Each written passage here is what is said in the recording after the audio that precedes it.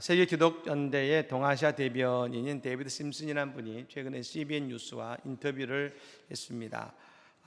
이 인터뷰 속에서 북한 내의 상황이 악화되고 있다는 내용에 대한 그 인터뷰를 진행을 했습니다. 특별히 기독교 단체를 따르는 사람들이 성경을 소유하거나 또 교회 예배를 드렸다는 이유로 처형되고 또 유배되고 또 감옥에 갇히는 일들이 계속해서 벌어지고 있는 것입니다. 북한에서 가장 급진적 행동 중에 하나가 바로 기독교를 믿고 실천하는 것이라고 생각하고 이는 정부에 대한 반역 행위로 간주한다는 것입니다. 이 심슨 대변인은 그래서 기독교가 특히 북한에서 표적이 되는 여러 가지 이유를 언급했습니다만 그 가운데 가장 대표적인 한 가지는 이 탈북민들이 중국과 한국에 있는 한국에서 온 기독교 선교사들에게 도움을 받고 있는 것이 중요하다고 이야기하고 있는 것이죠. 특별히 이 중국 선교사들은 이 중국에 있는 우리나라의 간 선교사들을 말하는 것입니다만 북한 사람들을 돕기 위해서 극도의 위험을 무릅쓰기 때문에 이 북한 사람들이 외부에서 이 북한에서 탈북한 이후에 맨 처음에 접촉하는 사람들은 대부분 기독교인들이라는 겁니다. 선교사님들인 것이죠. 그래서 그 기독교인들이 그 탈북민들에게 이야기한다는 것입니다. 당신은 거짓말을 믿고 있고 고립된 왕국에서 살고 있었습니다. 그리고 이것이 진짜 세상입니다라고 말을 해 주는 것입니다. 북한이 아무리 자유를 숨기려 하더라도 숨길 수 없듯이 말입니다. 오늘 이 세상의 구원의 진리를 사탄이 우리의 인생의 수많은 고통으로 감추려 하더라도 감출 수가 없는 것입니다. 사랑하는 여러분, 오늘 우리 가운데 하나님의 은혜가 임할 줄로 믿습니다. 나를 사랑하시는 하나님의 사랑이 우리에게 임할 줄로 믿습니다. 특히 우리에게 감출 수 없는 이 하나님의 사랑이 온전히 우리에게 증거되는 오늘 예배가 다 되시기를 예수님으로 간절히 축복합니다. 최근 읽었던 하이패밀리 대표인 성규름 목사님의 글 중에 흥미로운 글이 있었습니다. 그 글의 제목은 어린 왕자가 교회에 간다면 이라는 글이었습니다. 그 글을 읽어봤더니 이렇게 이름 지을 수 있을 것 같았습니다. 어린 왕자가 한국 교회에 간다면. 그 글의 내용 가운데 흥미로운 부분은 사탄이 하와를 유혹할 때에 그냥 선악과를 먹게 한 것이 아니라 오감 마케팅을 이용했다는 겁니다. 성경에 보면 선악과가 이 하와에게 어떻게 보였습니까? 먹음직도 하고 보암직도 했다고 했습니다. 먹음직은 미각을 자극한 것이고 보암직한 것은 시각으로 유혹한 것이죠. 그리고 사탄은 뭐라고 말해줍니까? 절대로 죽지 않아. 이 선악과 먹으면 슬기롭게 될 거야 라고 말해주면서 그런 탐스러운 언어로 그 청각을 유혹한 것이죠.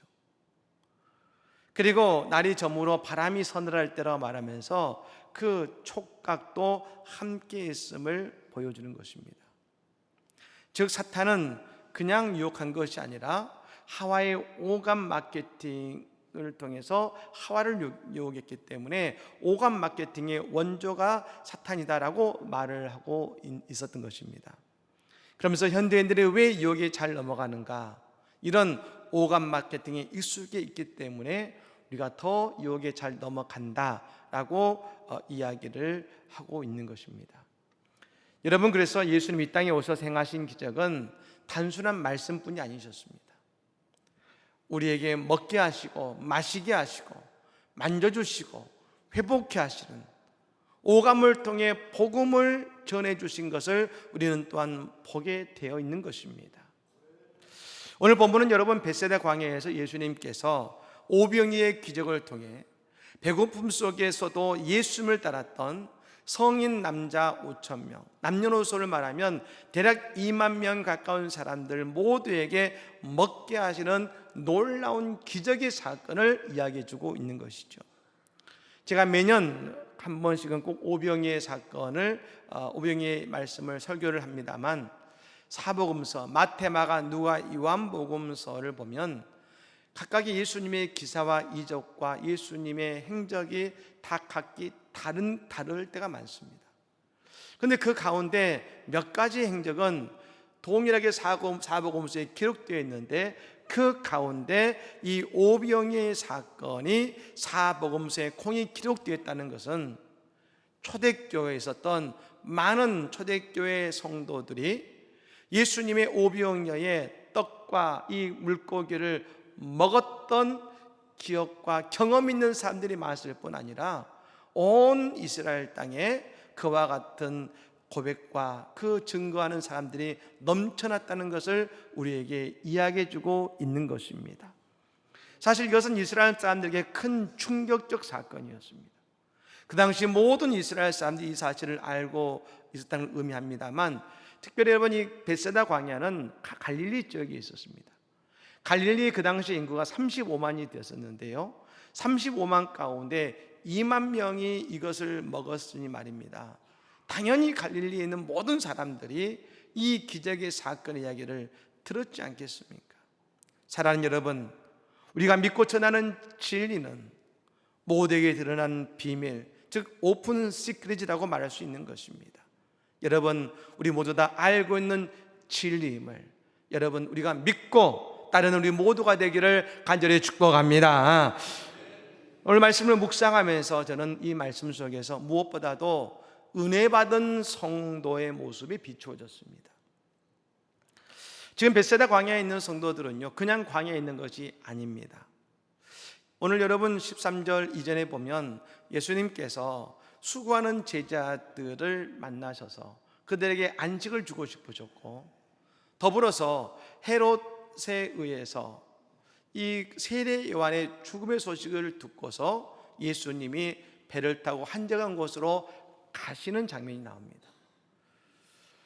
예, 물론 그 이전에도 예수님이 말씀을 전해 주셨습니다. 그런데 그 배를 타고 가시는 모습을 보자 사람들이 배를 쫓아가기 시작했습니다.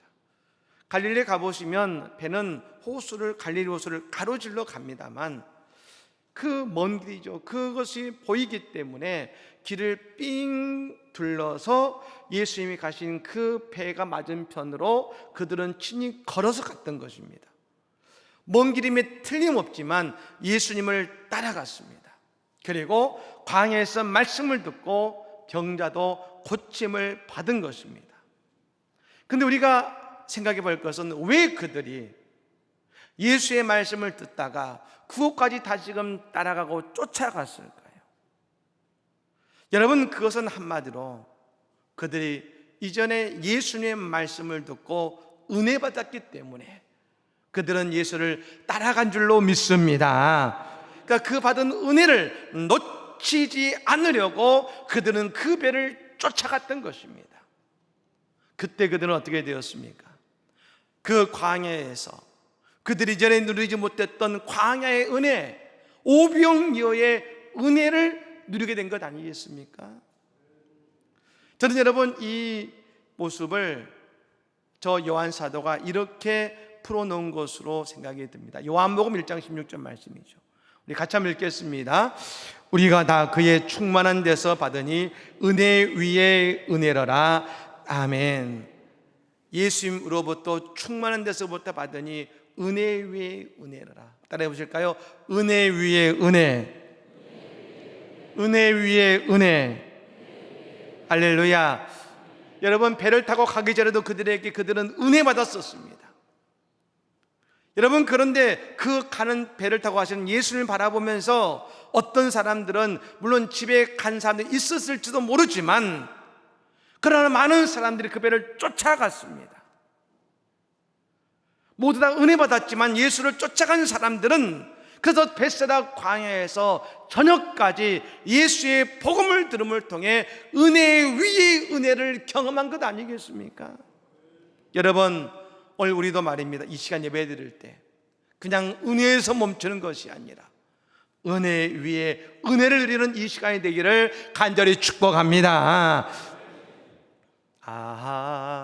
하나님의 은혜로 있을 데 없는 자 왜 구속하여 주는지 난 알 수 없도다. 내가 믿고 또 의지함은 내 모든 형편 아시는 주님 늘 보혜 주실 것을 나는 확실히 아네. 할렐루야. 우리가 은혜 외에 은혜를 경험해야 되는 것입니다. 우리가 오늘 또 예배드리고 말씀과 찬양 통해 은혜를 받습니다. 여러분, 이것은 영적인 은혜이지요. 그런데 우리가 그 은혜의 현장을 나설 때, 예배를 마치고 세상을 향해 나아갈 때 인생의 현실적인 문제는 그대로 있다는 것을 알게 됩니다. 즉 벳세다 광야에서 예수님께 많은 은혜를 받았지만 그들이 저녁을 시간이 됐을 때 먹지 못해서 배가 고프게 되는, 저녁을 먹어야 되는 현실적인 문제에 당면한 것입니다. 그렇다면 예수님께서는 이 현실적인 문제를 어떻게 주님께서 현실적인 응답이 되게 하셨는지를 우리는 한번 살펴보기를 원하고, 또 우리도 그러한 오병이어의 주인공이 되는 은혜를 누리는 이 시간이 되기를 간절히 원하는 것입니다. 먼저 여러분, 우리가 생각할 것은 우리 가운데 우리는요, 우리의 오병이어를 찾아야 될 줄로 믿습니다. 16절 말씀을 읽겠습니다. 16절 말씀 같이 읽겠습니다. 예수께서 이르시되 갈 것 없다. 너희가 먹을 것을 주라. 아멘. 요한복음 6장에 보면 오늘 이 오병이어와 똑같은 사건의 말씀이 나옵니다. 예수님께서 빌립이라는 제자에게 물어보십니다. 우리가 어디에서 떡을 사서 이 사람들에게 먹게 하겠느냐? 그때 빌립이라는 제자가 대답하기를 이렇게 말합니다. 이를 위해서 200데나리온도 부족할 것입니다 라고 말합니다. 오늘날의 가치로 따진다면 2천만 원이 넘는 돈인 것입니다. 즉 2만 명에 가까운 사람이 먹을 빵입니다. 많게는 여러분 빵만 한 2만 개가 되겠죠. 여러분 성지순례에 가시면 그곳에서 먹게 되시는 여러분 빵이 있습니다. 속에 뭐 들은 것들은 아닙니다만, 그러나 그 빵이죠, 얇은 빵이 있습니다만 그런 빵이 2만 개가 필요한 겁니다. 안성시에 2만 개가 넘는 빵이 있을까요? 현실적으로 불가능한 일이라는 것을 누구나 알고 있을 것입니다. 하지만 여러분, 저는 예수님의 이 말씀, 갈 것 없다, 너희가 먹을 것을 주라 라는 말씀을 그래서 자꾸 묵상하고 곱씹게 되었습니다. 그런데 그 말씀을 묵상하면서 이런 생각이 들었습니다. 예수님께서는 지금 그들에게 찾을 수 없고 구할 수 없는 2만 명분의 빵을 찾으라고 하시는 것이 아니라는 생각이 들었습니다. 예수님은 제자들에게 그 대신 오병이어를 찾으라고 말씀하신다는 사실을 깨달았습니다. 너희가 먹을 것을 주라 할 때에 제자들은 예수님의 그 말씀을 듣고, 아니 빵 2만 개를요, 200데나리온의 빵을요 할지 모르지만 예수님께서는 아니 빵 2만 개가 아니라 오병이어를 찾아와 라고 말씀하고 계시는 것입니다. 그렇습니다. 오늘 우리에게 남겨진 문제는, 아니 우리가 문제로 생각되는 것들은 내가 감당하기 어려운 문제들이 많을 것입니다.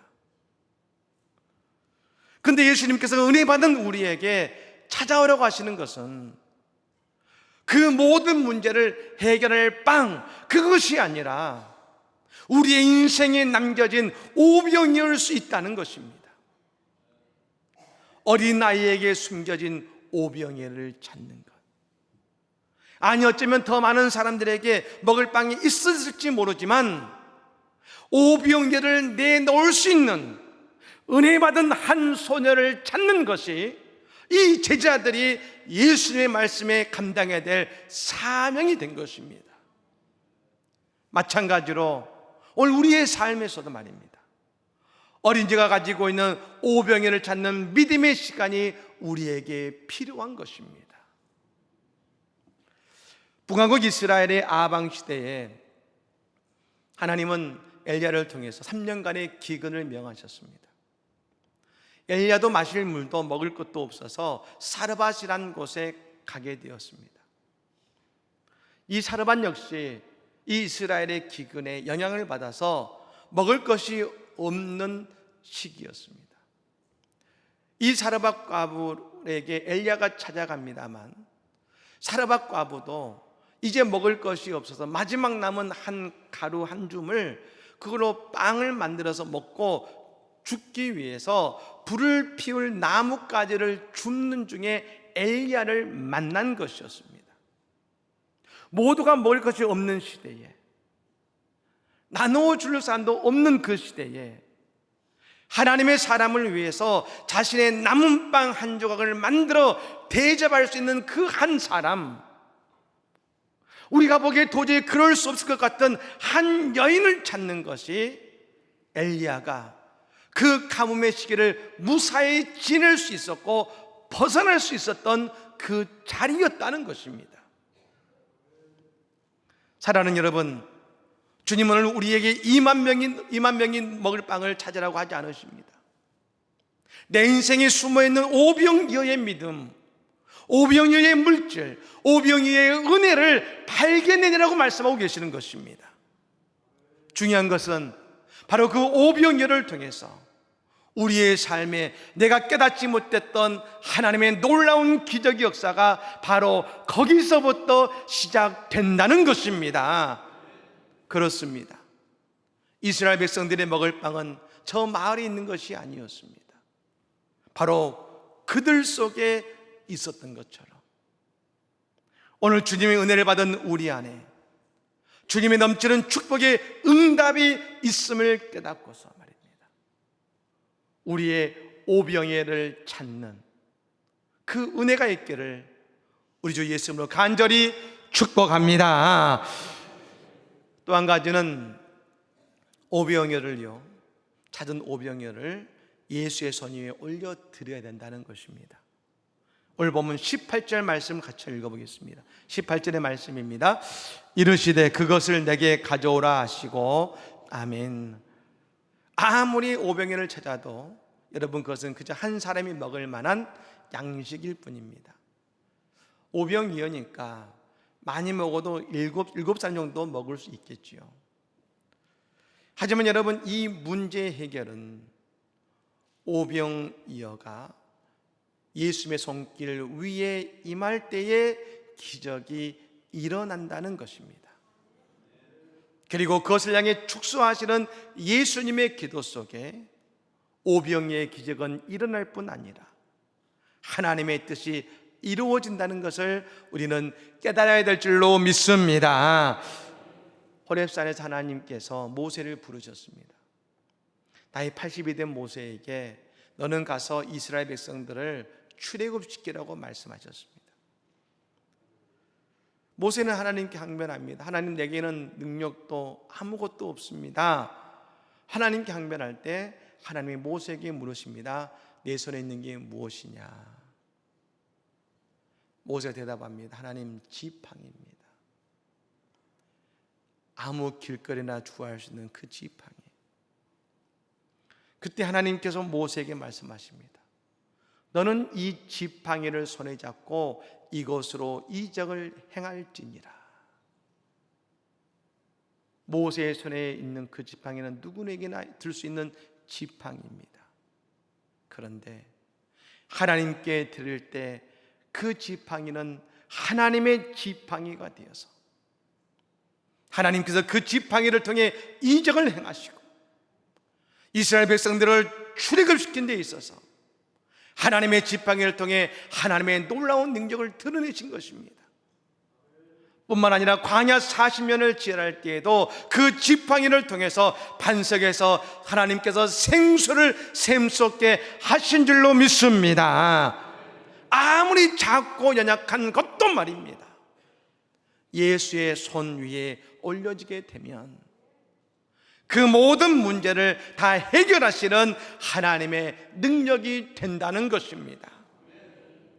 다윗의 물맷돌이 말입니다, 아무리 작다 할지라도 그것이 하나님의 물맷돌이 되면 그 어떤 장수인 골리앗도 쓰러뜨린 것처럼 말입니다. 내 문제 앞에 놓여있는 오병이어를 주님의 손에 올려드리시기를 바랍니다. 그리고 주님께서 우리의 삶에 행하시는 놀라운 기적을 우리 모두 다 보게 될 줄로 믿습니다. 마지막으로 여러분, 순종이 우리의 인생에 놀라운 기적이라는 열매를 거두게 만들더라는 겁니다. 오늘 보면 19절 말씀 읽어볼까요? 19절의 말씀을 읽겠습니다. 무리를 명하여 잔디 위에 앉히시고 떡 5개와 물고기 2마리를 가지사 하늘을 우러러 축사하시고 떡을 떼어 제자들에게 주시매 제자들이 무리에게 주니 아멘. 따라해 볼까요? 예수께서 무리를 명하여 잔디 위에 앉히시고, 할렐루야. 여러분, 예수님께서 무리에게 명하여 명령하셨다는 겁니다. 근데 여러분, 이 무리들은요 다 지금 보고 있습니다. 예수님께 지금 200데나리온의 빵이 없는 것을 알고 있고 보고 있습니다.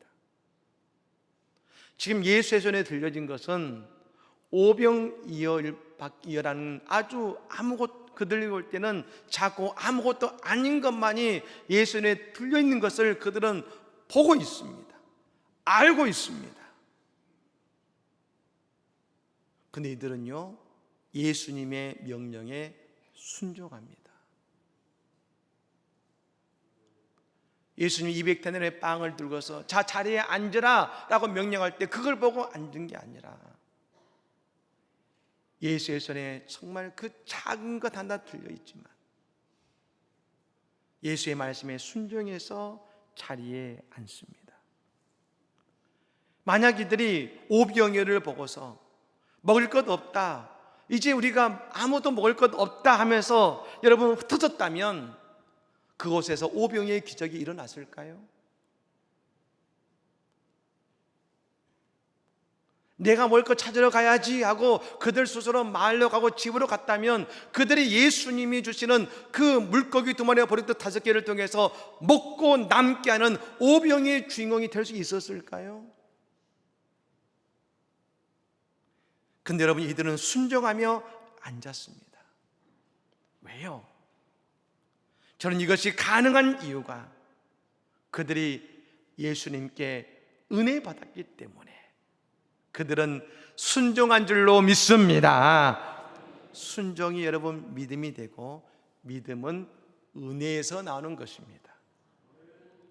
은혜 받은 무리이기 때문에 그들의 눈에는 오병이어밖에 보이지 않지만 그 잔디 위에 앉으라는 주의 말씀에 순종할 수 있었고 예수님의 축사하심과 기적을 경험하게 된 것 아니겠습니까?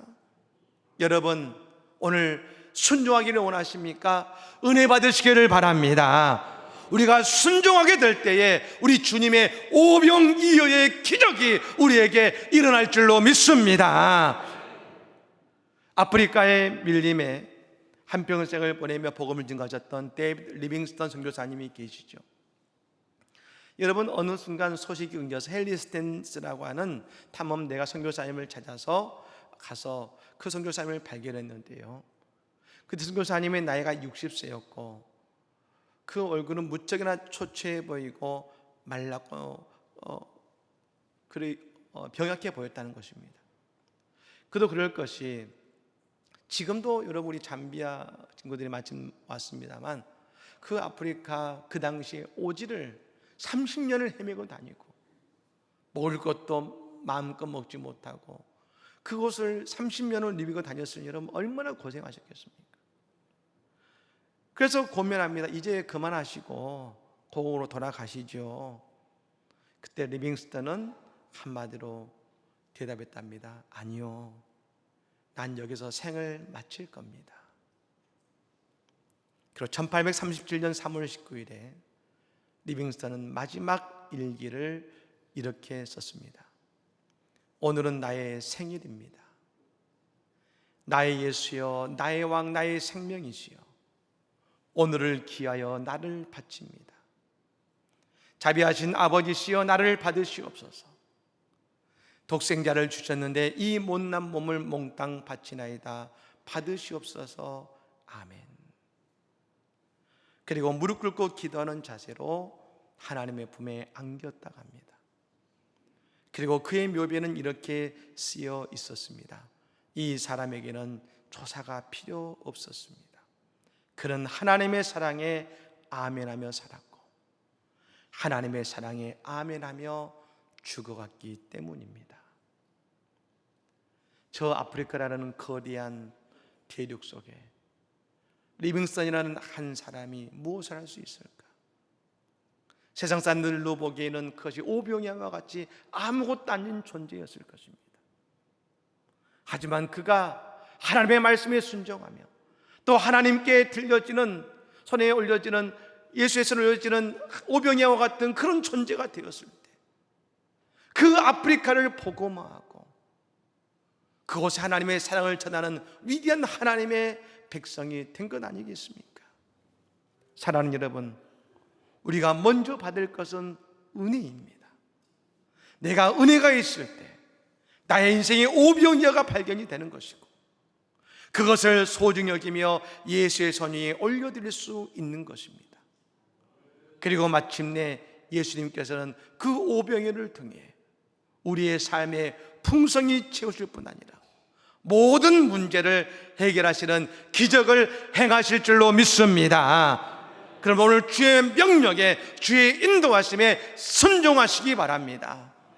오늘 또 주님의 은혜 받고 주님 앞으로 나가는 모든 성도들을 주님이 끝까지 책임져 주시고 오늘 우리의 인생에 200데나리온의 빵, 아니 2만 개가 넘는 빵이 부족하다 할지라도 그것을 먹이시고 그것을 채우시며 충만케 하시는 우리 주님의 응답이 우리의 삶에 임하게 될 것입니다. 그 은혜의 주인공들 다 되시는 우리 모든 성도들의 복된 삶이 다 되시기를 예수님으로 간절히 축복합니다. 아멘.